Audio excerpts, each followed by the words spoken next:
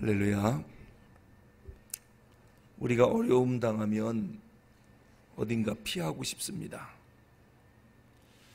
산길을 가다가 사나운 맹수를 만났다. 그럼 빨리 나무 위에나 바위 높은 곳으로 숨어야 되겠죠. 외국 나가서 어려운 일을 당하면 그땐 대사관으로 빨리 피하면 됩니다. 우리를 도와주니까요. 일상생활 가운데 어려운 일을 당하면 친척 집으로 간다든지 친구 집을 간다든지 피하면 어려운 일을 피할 수가 있습니다. 근데 문제는 뭐냐면 어려운 일을 당했을 때 전혀 피할 곳이 없습니다. 자, 이럴 때는 어떻게 해야 되나? 나는 갈 데도 없고 도와줄 사람도 없고 이 일은 해결될 것 같지 않고 이거 어떻게 하면 좋은가? 다윗이 바로 오늘 그런 일을 당한 것입니다. 다윗은 이 어려운 일을 당했을 때 어디로 피할 곳이 없는 것입니다. 돕는 자가 하나도 없는 거예요. 갈 데도 없고. 그래서 다윗은 어디로 피하느냐면요, 우리 1절 읽어보겠습니다. 시작.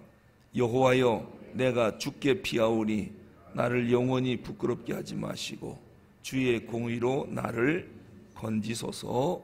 아멘. 어디로 피한다고 그랬습니까? 주께 피하오니. 아마 다윗이 피할 곳이 있었으면 그쪽으로 피했을 것입니다. 그런데 도저히 피할 곳이 없어요. 그래서 여호와여, 내가 주께 피하오니. 사람들 가운데는 의지하리도 없고 피할 곳도 없습니다. 하나님께 피합니다. 근데 하나님께 피한다라고 하는 것은 기도로 매달렸다, 그 얘기입니다. 기도로 매달렸다.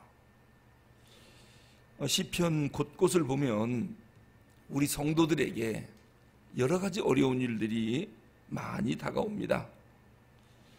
근데 왜 성도들에게 어려운 일이 다가올까? 우리가 예수를 믿는 이유가 어려운 일 때문에 믿는 거거든요. 교회 다니면 어려운 일이 해결된다. 하나님이 도와주실 것이다.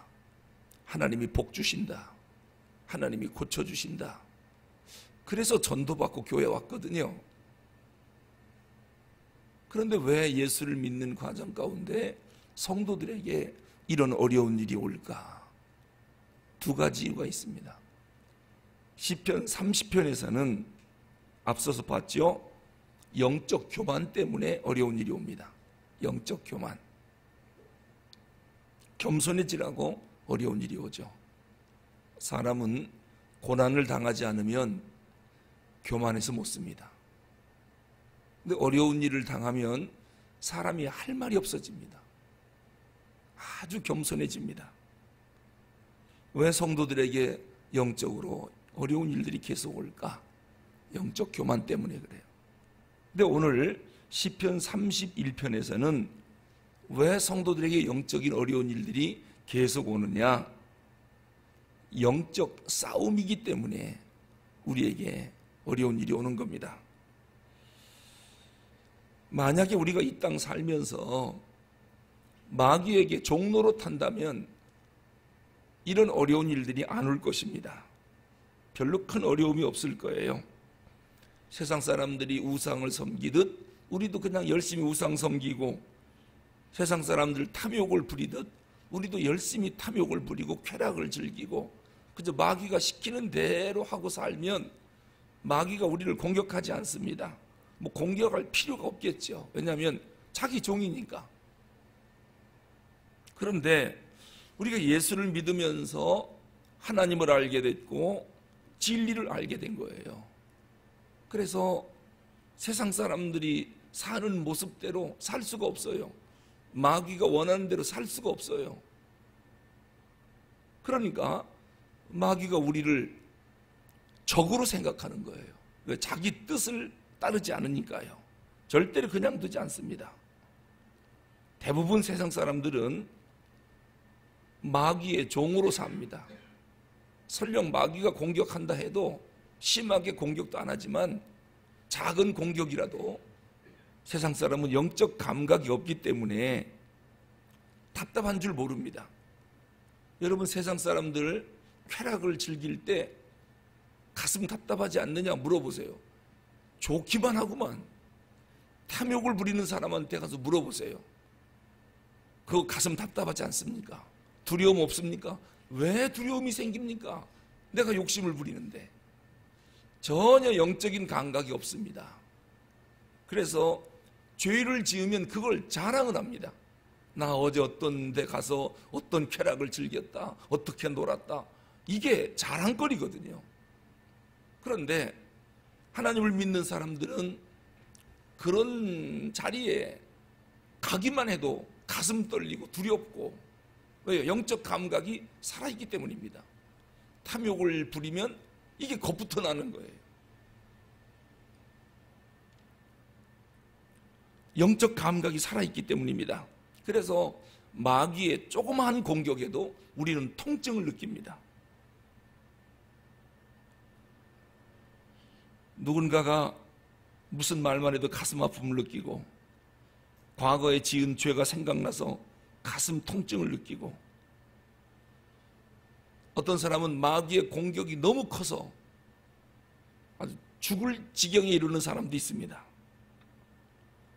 그때 우리는 어떻게 하느냐? 하나님, 내 영혼을 하나님께 맡깁니다. 그러면서 끝까지 믿음을 지킵니다.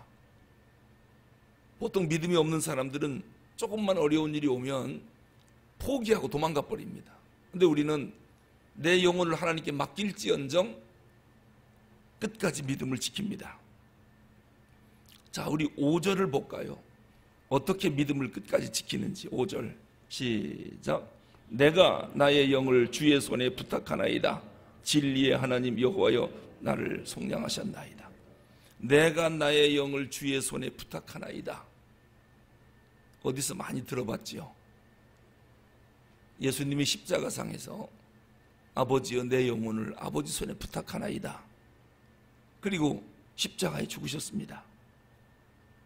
예수님 마지막 순간에 그 말씀이 시편 31편 5절 말씀을 인용하신 것입니다.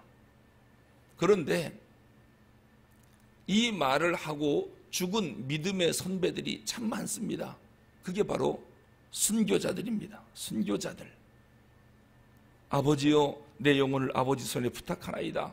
신앙 때문에 사탄의 공격을 끝내 견디지 못하고, 그러나 포기할 수는 없고 믿음을 지키다가 죽은 사람들, 이게 순교자들입니다.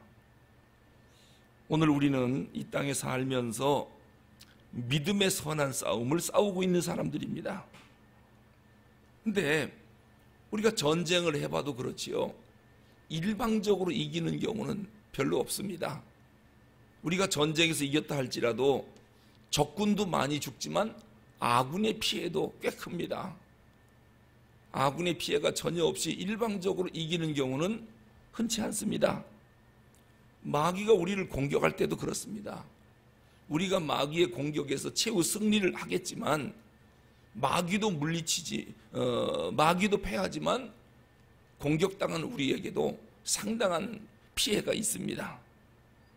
그래서 간혹 예수를 믿는 성도들 가운데 영적인 싸움에 피해를 당해서 불의의 사고가 난다든지 아니면 질병에 걸린다든지 때로는 순교까지 합니다. 이게 영적 싸움에서 아군의 피해거든요. 마귀의 치열한 공격을 믿음으로 이겼지만 아군에게도 약간의 피해가 온다라고 하는 것입니다. 그래서 순교자가 생기는 것이지요. 우리 예수 믿는 것은 간단한 게 아닙니다. 항상 영적인 전쟁에서 마귀와의 싸움이 있는데 오늘도 그 마귀와의 싸움을 싸울 거예요.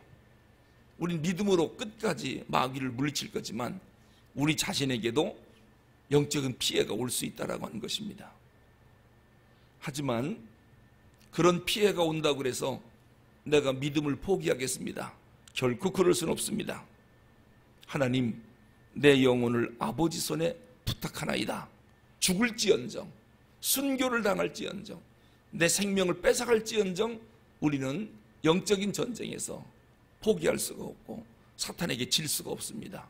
이게 성도의 신앙생활입니다. 별의별 방법으로 우리를 공격해야 됩니다.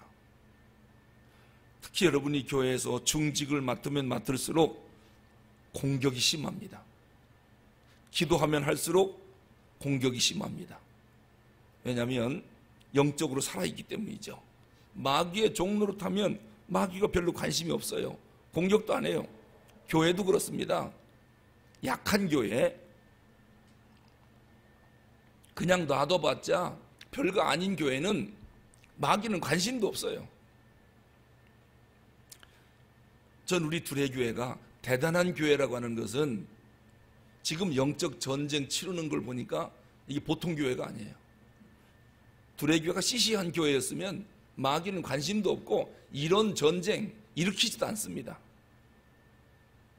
그러니까 이 전쟁에서 적군만 피해 있는 게 아니라 아군도 피해를 볼 수 있지요.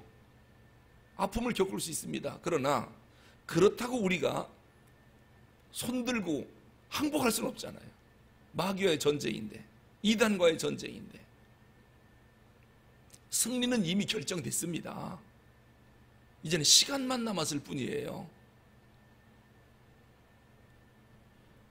우리는 주님, 내 영혼을 아버지 손에 부탁하나이다. 그런 마음으로 영적 전쟁에 임하는 거예요. 왜냐? 이 전쟁에서 적군의 피해를 입어 죽는다면 그걸 보고 순교라고 하거든요. 여러분, 왜 하나님의 자녀에게 순교의 그러한 고통을 줄까요? 다른 거 아닙니다. 하늘에 있는 천국 상급, 최고의 상급을 주려고 영적 전쟁에서 피해를 당하게 만들기도 해요. 우리가 세상 사람들이 생각할 때는 순교당하는 사람을 보고 제일 불쌍하다, 얼마나 고통스러울까, 가장 비참하고 왜 저기서 죽을까, 미련하게 죽을까, 그렇게 생각할지 모르겠지만은 하늘나라에서는 순교자의 상급이 가장 큽니다. 요한계시록을 읽어보십시오. 순교자가 아니면 천국에 가서 명함도 못 내놓습니다. 저는 교회와 진리를 지키기 위해서 회복팀에서 열심히 뛰어나가서 교회 회복을 위하여 때에 따라서는 매도 맞고 상처도 나고 고소도 당하고 고통을 당하고, 이게 전부 순교하는 일입니다. 이런 일 안 당하려면 깨끗해요. 도망가 버리면 됩니다. 교회가 어떻게 되든 말든, 이단이 어떻게 하든 말든, 진리가 지켜지든 말든, 두레교회가 있건 말든 나랑 무슨 상관이 있느냐, 까짓 없어져도 상관없다. 그리고 도망가면 아무 피해가 없습니다. 마귀가 쫓아가지 않습니다. 공격하지 않습니다. 그러나 우리는 어떤 사람들입니까? 끝까지 교회를 회복시키고 성도들을 하나로 만들고, 그러기 위해서 이러한 고통을 당하는 거거든요. 만약에 하나님이 너 순교하라, 교회를 위해서, 어떻게 하실랍니까? 난 그건 못합니다. 왜 비참하게 내가 죽습니까? 하고 도망갈 겁니까? 하나님이 우리에게 그러한 고난을 요구하는 것은 천국에서 최고의 상급을 주겠다는 거예요. 그래서 순교의 상급은 아무에게나 주어지지 않습니다. 너무도 큰 복이기 때문에 이거는 순교자의 반열에 들어간 사람만 순교할 수 있습니다. 여러분, 만약에 하나님 앞에 주님, 나도 이 땅 잠깐 사는 동안 이왕이면 순교자의 반열에 들어갈 수 있는 사람이 좀 되면 안 될까요? 나 좀 순교자의 반열에 끼워주면 안 될까요? 이런 기도할 수 있다면 그분은 천국 상급이 뭔가를 아는 사람입니다.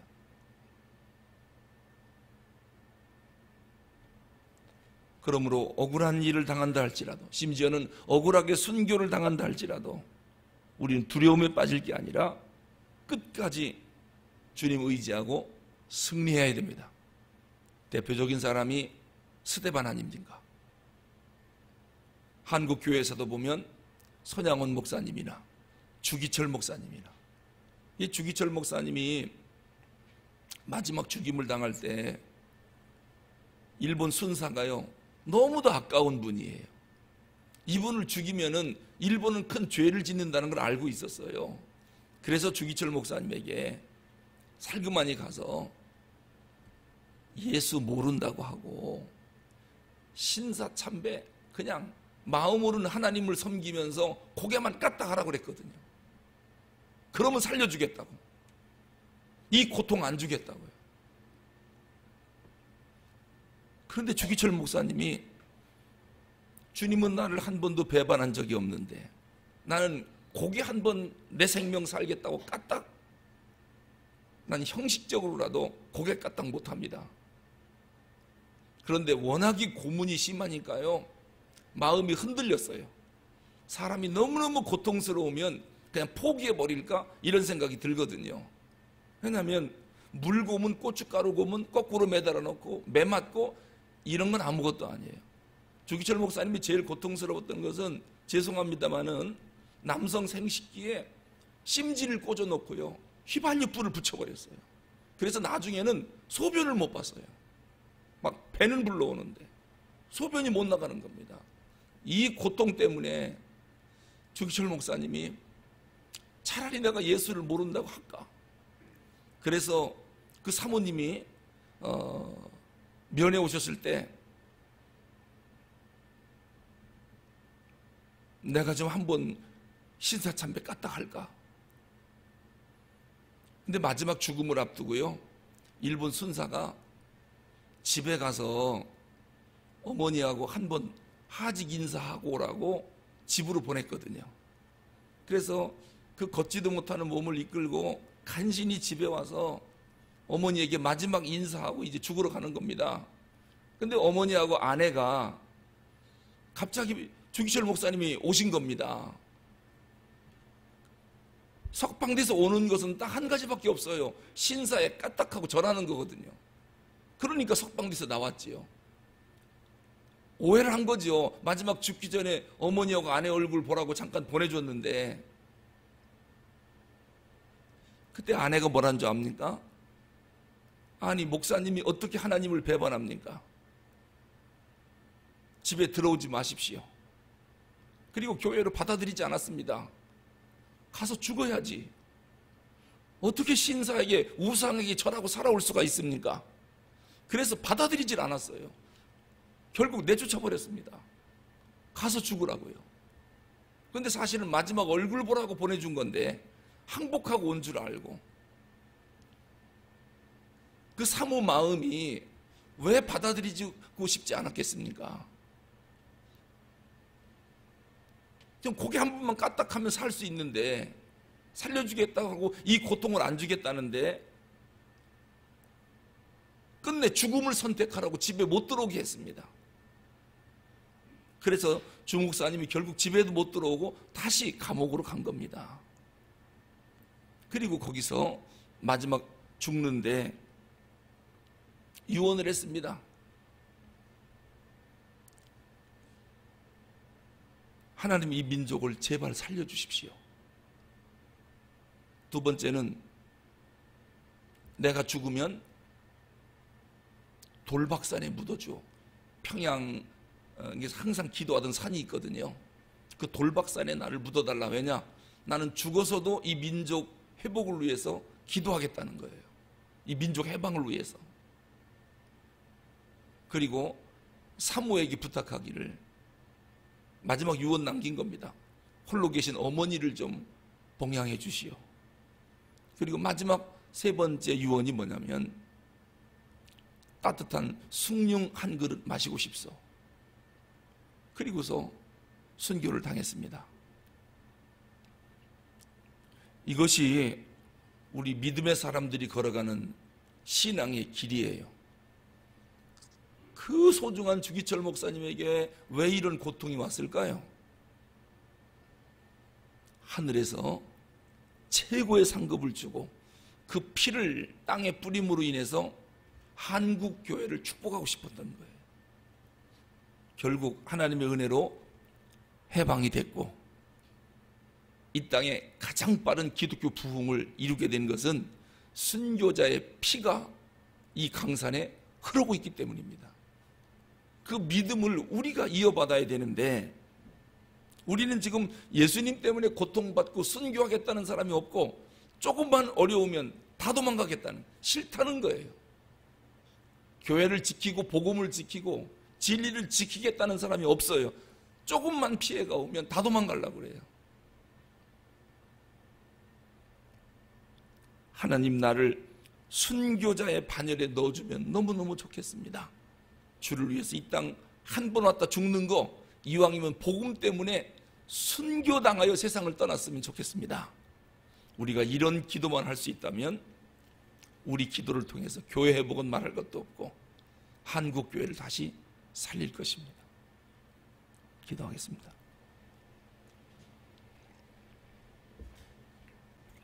하나님 아버지, 우리에게 간혹 어려운 일을 당할 때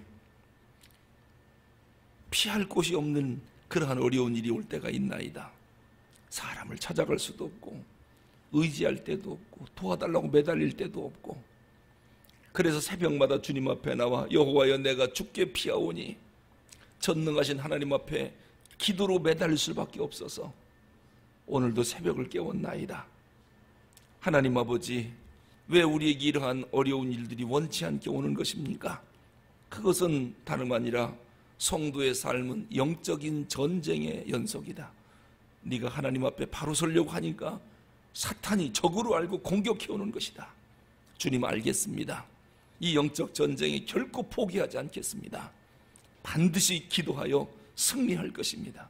사탄을 물리치고 반드시 주의 이름을 높일 것입니다. 심지어는 생명을 요구한다 할지라도 우리는 믿음을 포기하지 않고 순교자의 반열에 들어가는 것을 영광으로 생각하며 하나님의 나라, 하나님의 교회를 위하여 충성을 다할 것입니다. 오늘 이 새벽 저들의 간절한 기도와 결단을 하나님이 들으시고 교회를 회복시키시고 한국 교회를 살려주시옵소서. 복음 때문에 죽으려고 하는 것이 아니라 자기 욕망, 자기 배를 채우기 위해서 복음을 버리고 한국 교회를 죽이는 이러한 시대에 두레교회가 반드시 설 수 있기를 원합니다. 주님, 두레교회는 많은 사람에게 감동을 주는 꼭 그런 교회 만들겠습니다. 하나님 아버지, 그러하오니 어서 속히 교회 문제 해결시켜 주시고 한번 두레교회에 대하여 기대를 걸어 주시옵소서. 하나님 은혜를 베풀어 주시옵소서. 우리 주 예수 그리스도 이름으로 기도하옵나이다.